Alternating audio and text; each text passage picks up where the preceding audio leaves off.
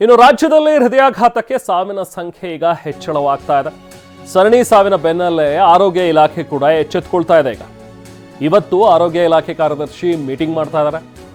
ಆರೋಗ್ಯ ಇಲಾಖೆ ಕಾರ್ಯದರ್ಶಿ ನೇತೃತ್ವದಲ್ಲಿ ನಡೆಯಲಿರುವಂತಹ ಸಭೆ ಇವತ್ತು. ತಜ್ಞರ ಸಲಹಾ ಸಮಿತಿ ಜೊತೆಗೆ ಆರೋಗ್ಯ ಇಲಾಖೆಯ ಕಾರ್ಯದರ್ಶಿಗಳು ಸಭೆ ನಡೆಸ್ತಾರೆ. ಪ್ರಧಾನ ಕಾರ್ಯದರ್ಶಿ ಹರ್ಷಗುಪ್ತಾ ಅವರ ನೇತೃತ್ವದಲ್ಲಿ ನಡೆಯಲಿರುವಂತಹ ಸಭೆ ವರ್ಚುವಲ್ ಮೂಲಕ ಎಲ್ಲರೂ ಕೂಡ ಇದರಲ್ಲಿ ಭಾಗಿಯಾಗ್ತಾರೆ. ಒಂದು ಮಹತ್ವದ ಸಭೆ. ಈ ಸಭೆಯಲ್ಲಿ ಜಯದೇವ ಹೃದ್ರೋಗ ಸಂಸ್ಥೆ ಏನಿದೆ ಆಸ್ಪತ್ರೆಯ ನಿರ್ದೇಶಕರು ಭಾಗಿಯಾಗ್ತಾರೆ. ಡಾಕ್ಟರ್ ರವೀಂದ್ರನಾಥ್ ಅವರು ಇದರಲ್ಲಿ ಭಾಗಿಯಾಗ್ತಾ ಇದ್ದಾರೆ.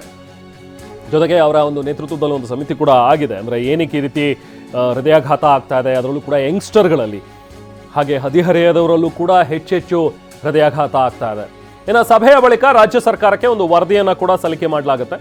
ಸರ್ಕಾರಕ್ಕೆ ವರದಿ ಸಲ್ಲಿಸ್ತಾರೆ ತಾಂತ್ರಿಕ ಸಲಹಾ ಸಮಿತಿ ಮುಖ್ಯಸ್ಥರು. ಹೃದಯಾಘಾತದ ಬಗ್ಗೆ ವರದಿ ಸಲ್ಲಿಕೆ ಮಾಡಿ ನಂತರ ಏನು ಕ್ರಮಗಳನ್ನು ಕೈಗೊಳ್ಳಬೇಕು ಅನ್ನುವಂಥದ್ದು ತೀರ್ಮಾನವಾಗುತ್ತೆ. ಸೊ ಡಾಕ್ಟರ್ ಹರ್ಷಗುಪ್ತಾ ಅವರ ನೇತೃತ್ವದಲ್ಲಿ ನಡೆಯಲಿರುವಂತಹ ಸಭೆ ಇದು. ಡಾಕ್ಟರ್ ರವೀಂದ್ರನಾಥ್ ಅವರು ಕೂಡ ಜಯದೇವ ಹೃದ್ರೋಗ ಸಂಸ್ಥೆಯ ನಿರ್ದೇಶಕರು, ಅವರು ಕೂಡ ಇದರಲ್ಲಿ ಭಾಗಿಯಾಗ್ತಾರೆ. ಇನ್ನು ಕೆಲವೊಂದಷ್ಟು ಜನ ಎಕ್ಸ್ಪರ್ಟ್ಸ್ ಕಮಿಟಿ ಇದೆ. ಏನಕ್ಕೆ ಹೃದಯಾಘಾತ ಆಗ್ತಾ ಇದೆ, ಅದರಲ್ಲೂ ಕೂಡ ಯಂಗ್ಸ್ಟರ್ಗಳಿಗೆ ಮತ್ತು ಹದಿಹರೆಯದವರಲ್ಲೇ ಯಾಕೆ ಈ ಥರದ ಸಮಸ್ಯೆಗಳು ಕಾಣಿಸ್ತಾ ಇವೆ ಅಂತೇಳಿ ಕೆಲವೊಂದು ಕಡೆ ನೋಡಿದ್ದೀವಿ. 9 ವರ್ಷದವರು, 10, 13 ವರ್ಷದವರು, ಈ ಥರ ತುಂಬ ಯಂಗ್ಸ್ಟರ್ಸ್, ತುಂಬ ಎಳೆಯ ಹೃದಯಗಳಿಗೆ ಈ ಥರದ ಒಂದು ತೊಂದರೆಗಳಾಗ್ತಾ ಇದೆ. ಸೊ ಯಾಕೆ ಅನ್ನುವಂಥದ್ರ ಬಗ್ಗೆ ಅಧ್ಯಯನ ನಡೆಸುವಂಥ ಅವಶ್ಯಕತೆ ಇದೆ ಅನ್ನುವಂಥದ್ರ ಬಗ್ಗೆ ಈ ಹಿಂದೆನೂ ಕೂಡ ಎಕ್ಸ್ಪರ್ಟ್ಸ್ ಮಾತನಾಡಿದರು. ಸೊ ಇದಕ್ಕೆ ಹಲವಾರು ವಿಚಾರಗಳಿರ್ಬೋದು, ಸ್ಟ್ರೆಸ್ ಇರ್ಬೋದು ಅಥವಾ ಫುಡ್ ಇಂಟೇಕ್ ಆಗಿರ್ಬೋದು. ಬಟ್ ಏನು ಕಾರಣ ಅನ್ನುವಂಥದ್ರ ಬಗ್ಗೆ ಇವತ್ತು ವರದಿಯನ್ನು ಕೂಡ ಕೊಡ್ತಾರೆ. ಸೊ ಇದರಲ್ಲಿ ಡಾಕ್ಟರ್ ರವೀಂದ್ರನಾಥ್ ಅವರು ಕೂಡ ಭಾಗಿಯಾಗ್ತಾ ಇದ್ದಾರೆ. ಮತ್ತಷ್ಟು ಡೀಟೇಲ್ಸ್ ನಾವು ಪ್ರತಿನಿಧಿ ವಿನಯ್ ನೀಡ್ತಾರೆ. ವಿನಯ್, ಇವತ್ತು ನಡೆಯಲಿರುವಂಥ ಒಂದು ಸಭೆ ಎಷ್ಟು ಪ್ರಾಮುಖ್ಯತೆಯನ್ನು ಪಡ್ಕೊಂಡಿದೆ, ಏನು ಪ್ರಮುಖವಾಗಿ ಇವತ್ತಿನ ಒಂದು ಸಭೆಯ ಅಜೆಂಡಾ, ಇದಾದ ಮೇಲೆ ವರದಿಯನ್ನು ಕಂಪ್ಲೀಟ್ ಒಂದು ವರದಿ ಹೌದು ಇದೇ ಕಾರಣದಿಂದ ಆಗ್ತಾ ಇದೆ ಅನ್ನುವಂಥದ್ದನ್ನು ಸರ್ಕಾರಕ್ಕೆ ನೀಡಲಾಗುತ್ತಾ, ಅದನ್ನು ಬೇಸ್ ಮಾಡಿಕೊಂಡು ಸರ್ಕಾರದಿಂದ ಏನಾದರೂ ಕಾರ್ಯಕ್ರಮಗಳನ್ನು ರೂಪಿಸುವಂಥ ಒಂದು ಯೋಜನೆಗಳನ್ನು ರೂಪಿಸುವಂಥ ಒಂದು ಸಾಧ್ಯತೆಗಳಿದೆಯಾ? ವಿನಯ್, ಇವತ್ತಿನ ಸಭೆ ಬಗ್ಗೆ ಮತ್ತಷ್ಟು ಡೀಟೇಲ್ಸ್ ಏನಿದೆ?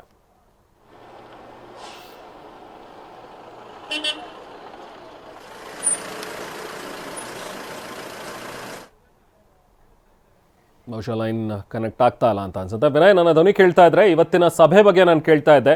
ಹರ್ಷಗುಪ್ತಾ ಅವರು ಕರೆದಿರುವಂಥ ಇವತ್ತಿನ ಒಂದು ಸಭೆ ಎಷ್ಟು ಪ್ರಾಮುಖ್ಯತೆಯನ್ನು ಪಡ್ಕೊಂಡಿದೆ, ಪ್ರಮುಖವಾಗಿ ಚರ್ಚೆ ಆಗುವಂಥ ವಿಚಾರ ಅಜೆಂಡಾ ಇವತ್ತಿನ ಒಂದು ಸಭೆದು. ಸೊ ಈ ಯಾವಾಗ ವರದಿಯನ್ನು ಕೂಡ ಕೊಡ್ತಾರೆ, ಇದೆಲ್ಲದ್ರ ಬಗ್ಗೆ ಅಪ್ಡೇಟ್ಸ್ ಏನಿದೆ? ರೆಹಮಾನ್, ಸದ್ಯಕ್ಕೆ ರಾಜ್ಯದಲ್ಲಿ ಏರಿಕೆ ಆಗ್ತಿರುವಂತಹ ಹೃದಯಾಘಾತದ ಪ್ರಕರಣಗಳ ಸಂಬಂಧಪಟ್ಟ ಹಾಗೆ ನಿನ್ನೆ ಜಯದೇವ ಆಸ್ಪತ್ರೆಯ ನಿರ್ದೇಶಕರು, ಅಂದರೆ ಸರ್ಕಾರ ರಚನೆ ಮಾಡಿರುವ ಸಮಿತಿಯ ನಿರ್ದೇಶಕರು ರವೀಂದ್ರನಾಥ್ ಅವರ ನೇತೃತ್ವದಲ್ಲಿ ಒಂದು ವರ್ಚುವಲ್ ಸಭೆಯನ್ನು ಮಾಡಲಾಗಿತ್ತು. ಅದರಲ್ಲಿ ವಿವಿಧ ತಜ್ಞರು ಕೂಡ ಸದ್ಯಕ್ಕೆ ರಾಜ್ಯದಲ್ಲಿ ಏರಿಕೆ ಆಗ್ತಿರುವಂತಹ ಟ್ರೆಂಡ್ ಬಗ್ಗೆ, ಕಾರಣಗಳೇನು ಮತ್ತು ಸರ್ಕಾರಕ್ಕೆ ಮಾಡಬೇಕಾಗಿರುವಂತಹ ಸಲಹೆಗಳು ಮತ್ತು ಹೃದಯಾಘಾತದ ಸಾವಿನ ಪ್ರಮಾಣವನ್ನು ಕಡಿಮೆ ಮಾಡಬೇಕಾದ್ರೆ ಏನೇನೆಲ್ಲ ಕ್ರಮಗಳನ್ನು ಸರ್ಕಾರ ಹಂತದಲ್ಲಿ ಆಗಬೇಕು ಅನ್ನೋ ವಿಚಾರಕ್ಕೆ ಸಂಬಂಧಪಟ್ಟ ಹಾಗೆ ಸುದೀರ್ಘವಾಗಿ 1 ಗಂಟೆಗಳ ಕಾಲ ವರ್ಚುವಲ್ ಮೂಲಕ ಸಭೆಯನ್ನು ಮಾಡಿದರು. ಸಭೆಯಲ್ಲಿ ಕೆಲವೊಂದಿಷ್ಟು ಔಟ್ಪುಟ್ಗಳು ಬಂತು, ಜೊತೆಗೆ ನಿಮಾನ್ ಸಂಧ್ಯರಿಂದ ಕೆಲವೊಂದಿಷ್ಟು ಹೆಚ್ಚುವರಿ ಅಂಶಗಳು ಕೂಡ ಕೇಳಿ ಬಂತು. ಇದಾದ ಬೆನ್ನಲ್ಲೇ ಇವತ್ತು ಆರೋಗ್ಯ ಇಲಾಖೆಯ ಪ್ರಧಾನ ಕಾರ್ಯದರ್ಶಿ ಹರ್ಷಗುಪ್ತಾ ಅವರ ನೇತೃತ್ವದಲ್ಲಿ ಒಂದು ಮಹತ್ವದ ಸಭೆಯನ್ನು ಕೂಡ ಮಾಡ್ತಾ ಇದ್ದಾರೆ. ಇದರಲ್ಲಿ ಜಯದೇವ ಆಸ್ಪತ್ರೆಯ ನಿರ್ದೇಶಕ ಆಗಿರುವಂತಹ ಮತ್ತು ಸಮಿತಿಯ ಅಧ್ಯಕ್ಷತೆಯನ್ನು ವಹಿಸಿಕೊಂಡಿರುವಂತಹ ರವೀಂದ್ರನಾಥ್ ಅವರು ಕೂಡ ವರದಿಯ ಕುಲ್ಲಂಕುಷವಾದಂತಹ ಮಾಹಿತಿಗಳು ಮತ್ತು ಸಮಗ್ರವಾಗಿ ಏನೇನೆಲ್ಲ ಅಂಶಗಳು ಪತ್ತೆಯಾಗಿದೆ ಮತ್ತು ಹೃದಯಾಘಾತದ ಸಂಬಂಧಪಟ್ಟ ಹಾಗೆ ಯಾವ ಕಾರಣಗಳು ಮೇಜರ್ ಅಂಶವನ್ನು ರೂಲ್ ಮಾಡ್ತಾ ಇದೆ ಮತ್ತು ಸರ್ಕಾರ ಸದ್ಯಕ್ಕೆ ಇದನ್ನು ನಿಯಂತ್ರಣ ಮಾಡಬೇಕಾದ್ರೆ ಏನೇನೆಲ್ಲ ಕ್ರಮಗಳನ್ನು ವಹಿಸಬೇಕು ಅನ್ನೋ ವಿಚಾರಕ್ಕೆ ಸಂಬಂಧಪಟ್ಟಂತೆ 12:30ಕ್ಕೆ ಒಂದು ವರ್ಚುವಲ್ ಮೂಲಕ ಸಭೆಯನ್ನು ಮಾಡಲಾಗ್ತದೆ. ಈ ಒಂದು ಸಭೆಯಲ್ಲಿ ಪ್ರಧಾನ ಕಾರ್ಯದರ್ಶಿಗಳು ಹರ್ಷಗುಪ್ತಾ ನೇತೃತ್ವದಲ್ಲಿ ನಡೆಯುವ ಸಭೆಯಲ್ಲಿ ಇತರ ಏನು ಸಮಿತಿಯನ್ನು ರಚನೆ ಆಗಿತ್ತು, ಸಮಿತಿಯ ತಜ್ಞರು ಕೂಡ ಕೆಲವೊಂದಿಷ್ಟು ಅಭಿಪ್ರಾಯಗಳನ್ನು ಹಂಚಿಕೊಳ್ತಾರೆ. ಜೊತೆಗೆ ಸರ್ಕಾರಕ್ಕೆ ಪ್ರಮುಖವಾಗಿ ಕೆಲವೊಂದಿಷ್ಟು ಅಂಶಗಳನ್ನು ಕೈಗೊಳ್ಳೋದಕ್ಕೂ ಸೂಚನೆ ಕೊಡೋದಕ್ಕೆ ಮುಂದಾಗಿದ್ದಾರೆ. ಹಾಗಾದ್ರೆ ಸದ್ಯ ವರದಿಯಲ್ಲಿ ಕೆಲವೊಂದಿಷ್ಟು ರೆಕಮೆಂಡೇಶನ್ಗಳನ್ನು ನೋಡೋದಾದ್ರೆ ಪ್ರಮುಖವಾಗಿ ಇಷ್ಟು ದಿವಸಗಳ ಕಾಲ ಹೃದಯಾಘಾತವನ್ನ ರಾಜ್ಯದಲ್ಲಿ ಮಾನಿಟರಿಂಗ್ ಅನ್ನು ಮಾಡ್ತಾ ಇರಲಿಲ್ಲ. ಸ್ಕ್ರೀನಿಂಗ್ ವ್ಯವಸ್ಥೆ ಯಾವುದೇ ಆಸ್ಪತ್ರೆಗಳಲ್ಲಿ ಇರಲಿಲ್ಲ. ಹೀಗಾಗಿ ಆರಂಭದಲ್ಲೇ ಹೃದಯಾಘಾತದ ಸಮಸ್ಯೆಗಳನ್ನ ಅಥವಾ ಹೃದಯ ಸಂಬಂಧಿ ಸಮಸ್ಯೆಗಳನ್ನ ರಿಜಿಸ್ಟರ್ ಮಾಡುವಂಥದ್ದು, ಫಾಲೋ ಅಪ್ ಕೇಸ್ಗಳನ್ನು ಮಾಡುವಂಥದ್ದು ಮತ್ತು ಹೃದಯಾಘಾತದಿಂದ ಮೃತಪಟ್ಟಂತಹ ಸಂದರ್ಭದಲ್ಲಿ ಅವರ ಮರಣೋತ್ತರ ಪರೀಕ್ಷೆಯನ್ನು ಮಾಡಿ ಏನು ಕಾರಣ ಆಗಿತ್ತು, ಯಾವೆಲ್ಲ ಅಂಶಗಳು ಪ್ರಮುಖವಾದ ಪಾತ್ರವನ್ನು ವಹಿಸಿಕೊಂಡಿದ್ದು ಅನ್ನೋದನ್ನು ಕೂಡ ದಾಖಲೆಯನ್ನು ಮಾಡಬೇಕು. ಇವುಗಳ ಆಧಾರದ ಮೇಲೆ ರುಟೀನ್ ಆಗಿ ನಿಯಂತ್ರಣ ಮಾಡಬೇಕು ಅನ್ನೋದು ಒಂದು.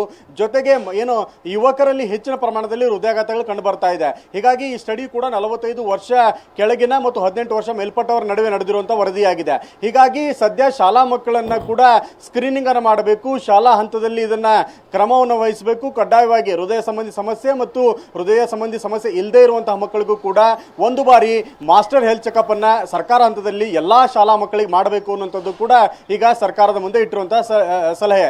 ಮತ್ತೊಂದು ಪ್ರಮುಖವಾಗಿ ಸಲಹೆ ಕೇಳಿ ಬಂದಿರುವಂತದ್ದು, ಹೆಚ್ಚು ಮಧುಮೇಹಿಗಳು ಮತ್ತು ಏನು ಬಿಪಿ ಸಮಸ್ಯೆಯಿಂದ ಬಳಲುತ್ತಿರುವಂತವರು ಹೆಚ್ಚು ಪ್ರಮಾಣದಲ್ಲಿ ಈ ಹೃದಯಾಘಾತಕ್ಕೆ ಕಾರಣ ಆಗ್ತಾ ಇದ್ದಾರೆ. ಹೀಗಾಗಿನೇ ಸರ್ಕಾರಕ್ಕೆ ಈ ಒಂದು ಪ್ರಮುಖ ಅಡ್ವೈಸರಿಯನ್ನು ಕೊಡುವಂತದ್ದು, ಜನರಿಗೆ ಈ ಒಂದಿಷ್ಟು ಅಂಶಗಳನ್ನ ಆಹಾರ ಪದ್ಧತಿಯಲ್ಲಿ ಫಾಲೋ ಮಾಡೋದಕ್ಕೂ ಕೂಡ ಸಲಹೆಗಳನ್ನು ಕೊಟ್ಟಿದೆ. ಅದರಲ್ಲಿ ಪ್ರಮುಖವಾಗಿ ಉಪ್ಪಿನ ಅಂಶ ಮತ್ತು ಸಕ್ಕರೆ ಅಂಶವನ್ನ ಕಡಿಮೆ ಪ್ರಮಾಣದಲ್ಲಿ ಬಳಕೆ ಮಾಡಿ, ಯಥೇಚ್ಛವಾಗಿ ಇವುಗಳನ್ನ ಬಳಕೆ ಮಾಡಬೇಡಿ. ಯಾಕಂದ್ರೆ ಇತ್ತೀಚಿನ ದಿನಗಳಲ್ಲಿ ವಂಶವಾಹಿಗಳಾಗಿರ್ಬೋದು ಮತ್ತು ಆಹಾರ ಪದ್ಧತಿಯಲ್ಲಿ ಹೆಚ್ಚಿನ ಪ್ರಮಾಣದಲ್ಲಿ ಇವುಗಳನ್ನ ಸೇವನೆ ಮಾಡ್ತಾ ಇರೋದ್ರಿಂದ ಬಿಪಿ ಶುಗರ್ ಕೂಡ ಕಂಡು ಬರ್ತಾ ಇದೆ.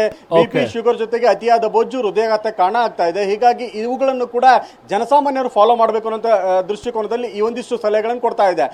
ಜೊತೆಗೇನೆ ಕೆಲವೊಂದಿಷ್ಟು ರಿಜಿಸ್ಟರ್ ಗಳನ್ನ ಫಾಲೋ ಮಾಡೋದರ ಜೊತೆಗೆ ಪ್ರಮುಖವಾಗಿ ಈ ಒಂದು ವಾಯು ಮಾಲಿನ್ಯ ಆಗಿರ್ಬೋದು, ಧೂಮಪಾನ, ಮದ್ಯಪಾನ ಕೂಡ ಕಾರಣ ಆಗ್ತಾ ಇರೋದ್ರಿಂದ 18 ವರ್ಷ ಕೆಳಪಟ್ಟಂತಹ ಮಕ್ಕಳಿಗೆ ಧೂಮಪಾನವನ್ನ ಮತ್ತು ಮದ್ಯಪಾನವನ್ನ ಕೊಡೋದಕ್ಕೆ ಕಡ್ಡಾಯವಾಗಿ ನಿಷೇಧವನ್ನು ಹೇರುವಂಥದ್ದು, ಜೊತೆಗೆ ಈ ಮಕ್ಕಳಲ್ಲಿ ಪ್ರಮುಖವಾಗಿ ಹೆಚ್ಚಿನ ಗಮನ ವಹಿಸುವಂಥದ್ದು ಮತ್ತು ಸಾರ್ವಜನಿಕ ಧೂಮಪಾನವನ್ನು ಕೂಡ ಬ್ಯಾನ್ ಮಾಡಬೇಕು ಅನ್ನೋ ವಿಚಾರಗಳ ಸಂಬಂಧಪಟ್ಟಂತೆ ರೆಕಮೆಂಡೇಶನ್ ಅನ್ನು ಕೂಡ ಈಗಾಗಲೇ ತಜ್ಞರು ವರದಿಯಲ್ಲಿ ಇಟ್ಟಿದ್ದಾರೆ.